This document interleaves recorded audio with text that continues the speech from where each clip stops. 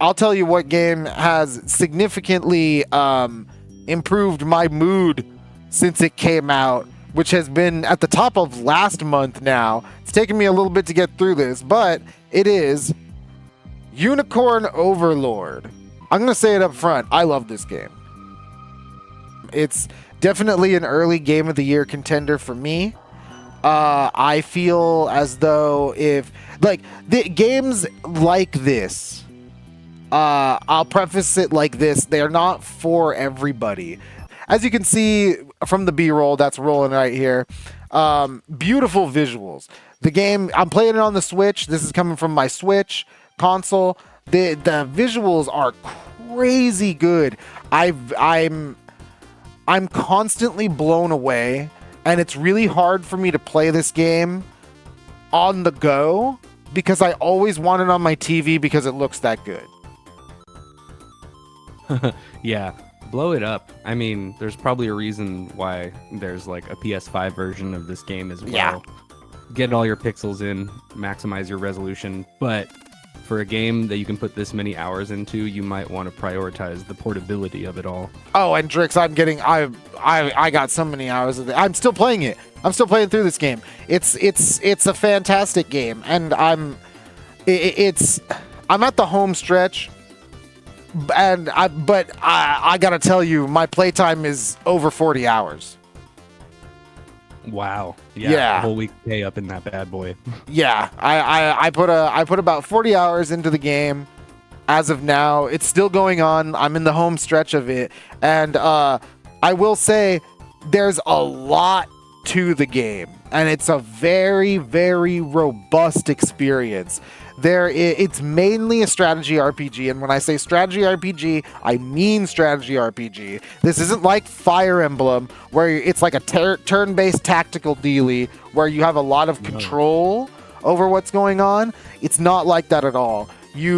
Much more chaotic. Yeah, I mean, yes and no. It's one of those things where, so the chief inspiration, if anybody has any qualms with where a game like this even comes from, the chief inspiration is Ogre Battle 64 on the Nintendo 64. It's pretty much, if you're a fan of Ogre Battle 64 like I am, you pretty much see March of the Black Queen. Yeah, or March of the Black Queen, really. But that's closer assumption of the battle style. A little bit, but like it definitely has. It's a love letter to that style of Ogre Battle. The real-time strategy, like you're seeing on the B-roll, the real-time strategy, units moving across a large map independently of one another. The battles are auto battles, so you don't directly influence them yourself, but that doesn't mean you don't have a lot of control over what happens. There's a lot of ways to control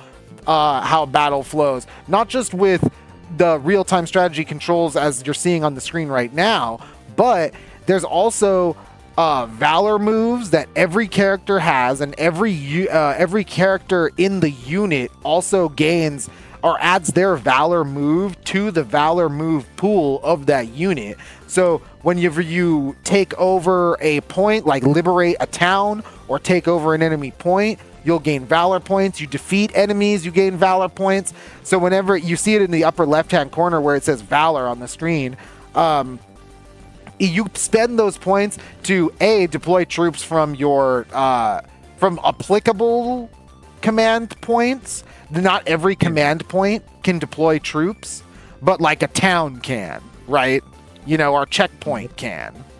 But not there's also characters you could like heal, resurrect units, or all kinds of stuff. Indirect attacks, ranged, magic and arrows and stuff. That comes into play pretty heavily. Very, very heavily, especially when you hit, I would say, the mid game, when you're first faced with your choice of like what nation to go to next. That's when the game really starts coming into its own, with like you're teased with it in the Cornia area, and you spend a lot of time in Cornia. Cornia itself is about like a 7-hour zone, 8-hour zone, and you don't even finish the whole zone. You have a Breath of the Wild, Neo Zelda, I'll call it, type of option where you could go and fight the final boss in the final area immediately if you want to. But this is a numerical stat based game, and they're level 40, and you start at level 1, so you can try, but you probably won't succeed. Yeah, good luck. But they tease a lot of those mechanics in the Cornia area of the game in the beginning of the game, but it really opens up towards the middle of the game. The middle of the game gives you or introduces elements such as catapults, ballistas that units can man that are out in the field, that are devastating to pilot and devastating to go up against, can take out an entire unit in 1 or 2 shots. And that's not combat. You don't directly engage in combat when you do when you use those things. So all of those extra skills, the teleporting, the dashes, the healing, the resurrections that you can do with Valor, it really ends up, you really feel the RPG in the strategy RPG, and it feels like everybody is important, and it makes unit composition matter in more ways than one. Yeah, they're going to go in there on the battlefield and they're going to fight people pseudo rock paper scissors style. Like I said, it's a numerical RPG, Man, so many more than 3 options in the rock paper scissors. You have like boulders, you have dynamite, you have bows and arrows, shotgun, pistol. So crazy. Yeah, How many different unit variations, and then it's not just like fire, water, and grass. You got your psychic, you got your electric. It's nuts. No, it's really cool because the longer the game goes on, the more I enjoy this. I'm going to preface this. This is where the game might actually lose people. The longer this game goes on, the more granular it really does get. You really, really have to end up paying attention to the armor that people are wearing, the weapons that they're using, and more so than just the unit versus the unit. Yeah, we all know that cavalry can beat infantry pretty effortlessly, and that's a very true idea in Unicorn Overlord. But there's also a lot of tricky things like gear that you can equip your guys with that can let them dodge instead of block. Or you could have a character on your team that gives the whole group a buff at the beginning of the match, and that buff literally changes, flips the whole matchup on its head. And you can test these things in the training grounds and on the forts that you find in the large open world. By the way, for a strategy game, this game does open world exploration pretty fucking good, better than any strategy game that I've ever seen. You can just wander around and pick up items and deliver them to settlements and stuff. And that's another thing that I'll say. The exploration is layered into these Japanese style strategy RPGs. They really like to layer in not just combat but domestic affairs, and they layer this game very, very gracefully layers in its domestic affairs systems with its open world exploration, because it's like you said, Drix, you go around and you find these things. You find herbs, lumber, ores, fish, different kinds of crops, like all these kinds of apples, all these kinds of things. And then you, like you said, you deliver them, like you're seeing right here on the B-roll, you deliver them to these towns, and then they make the town functional again. You get things in the shop. You can station a guard there to keep it safe. Some towns even allow you to access a harbor and go on a boat to somewhere else. Sometimes you can as you get deeper into the game, you can even sequence break if you're good enough by liberating certain docks early. So if you really play the game right and really can strategize well, you can really push the game hard, and it's a very rewarding feeling. And the unit composition, going back to that really quick, doesn't just matter as far as who works with what, who covers whose weaknesses, and what kind of unit is going to be like the rock to another unit's scissors. But it also matters on a whole other level because these characters develop relationships between one another while they fight alongside each other on the battlefield, and that can really lead to some rewarding, heartfelt moments that happen later on in the world, because out in the world you can find, like, when people build rapport with one another, out in the world, a landscape can trigger a mini cutscene, and it's kind of like an anime episode. Yeah, just enough of that visual novel Persona 5 element. Thanks, Atlas. Exactly. And honestly, it goes a long way to connect you with a character, and it goes even deeper as you go into the game later. And this isn't a big spoiler at this point, but a major part of the game is finding somebody to marry, because your main character, Prince Alain, one of the main storyline points requires you to build rapport with someone high enough so that you can marry them. And so king in his kingdom. Exactly. And you can so it becomes very in depth. There's a lot. That's not the only choice that you're going to be making. There's a lot of choices that you're going to make. Some of them are obvious. Some of them are like, in the very beginning of the game, you can make a decision whether to execute a thief or not that you encounter. You play this in the demo. But as you get further into the game, much like its inspiration, Ogre Battle 64, the choices that you're making don't just happen in dialogue or in cutscenes. They happen on the battlefield as well. And the sequence that you go about your campaign matters. Ooh, decisions that matter. And it's very cool. So that being said, the one thing that there's also, really quick, there's also an online component. It's a little gimmicky, I'm not gonna lie. It feels like a cell phone game, and that's it. It might sour some people if you think of it like that, but essentially you just set like a unit up and people can fight against it with their units online. All right. I mean, really, who asks for an online portion to like a solo strategy game? But they're really giving you not just the meat and potatoes, but a lot of tasty sides as well. They really do. There's a lot to Unicorn Overlord, and I definitely think that while it isn't for everyone, the game definitely puts its best foot forward from the jump.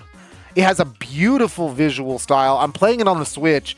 It looks fantastic. It's one of the best looking. I would confidently say it's right up there with Luigi's Mansion 3 as one of the best looking games on the Switch. So visually, a feast for the eyes.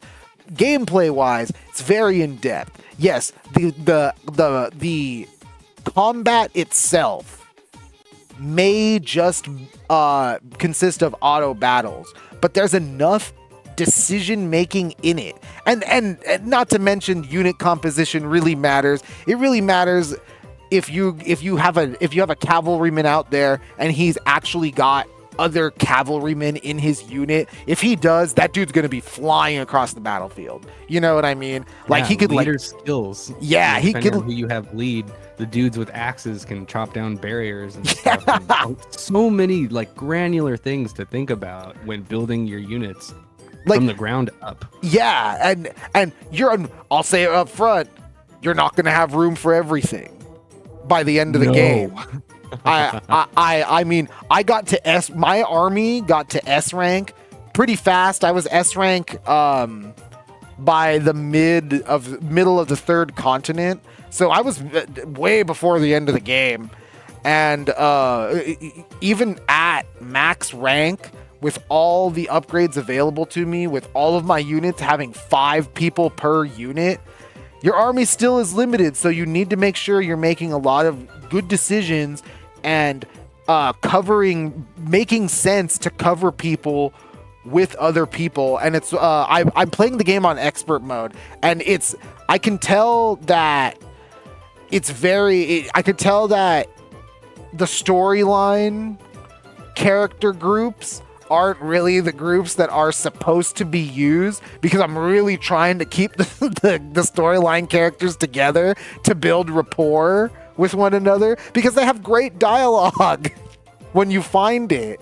And it's cool to get like the background on the characters and their interactions, especially when like you team up like a rival with like you might have fought this guy like 10 missions ago, and now he's on your team, and you fought him because he was terrorizing some other person, and now they're fighting side by side, and then you build rapport with those people, and then like they like hash it out, or sometimes they don't, and like it's so cool. It's so cool. There's so many cool things about this game.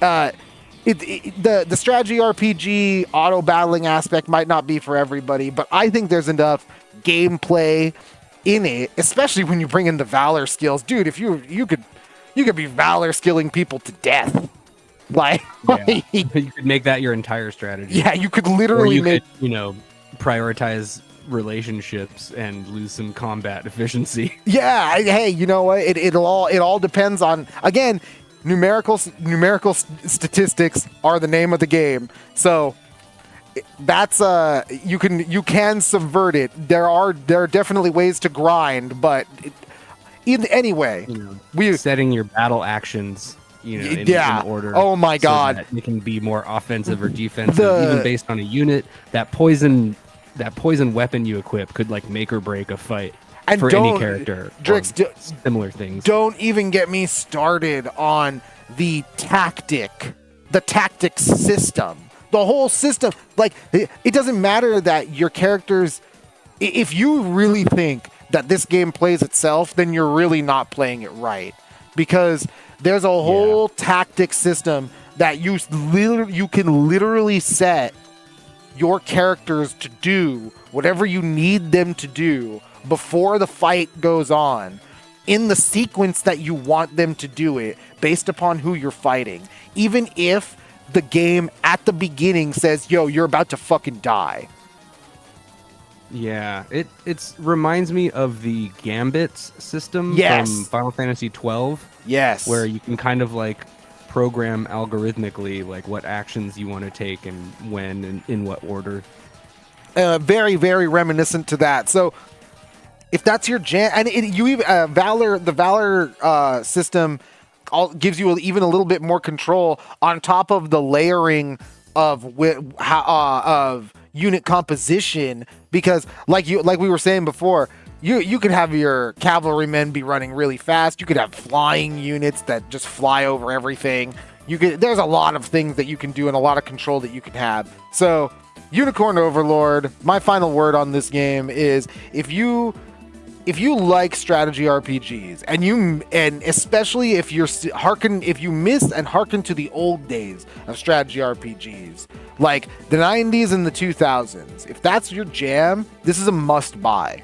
You have to play this game. It's incredible.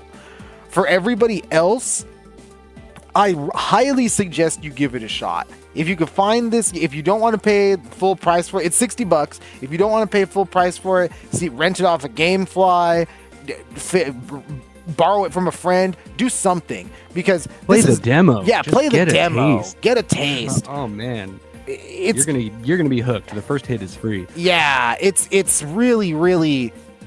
It's not a game that you want to pass up, and I'm not going to say that there aren't frustrating moments. There are definitely some head smashers where I'm sitting here and I'm like, damn this fucking game.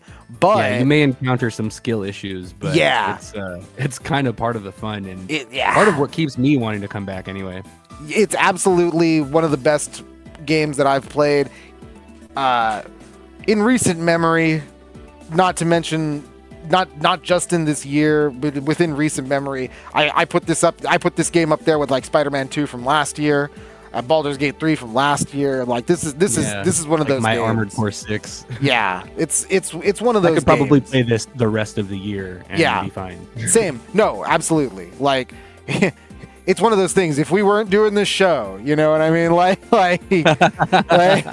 yes. I don't know that's if where those hours would go. I don't know if we weren't doing this show, I don't know if I would even be buying other games, honestly.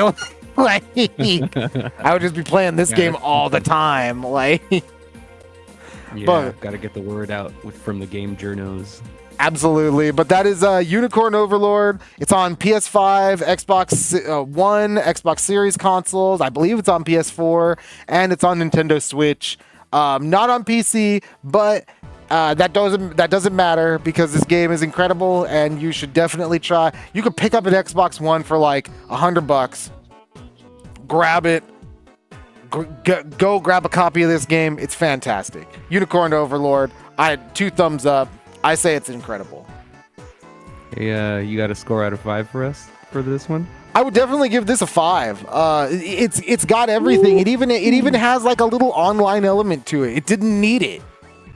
Didn't even need it. I did not expect one of those. Drix, it's still delivered. I'm telling you, Drix.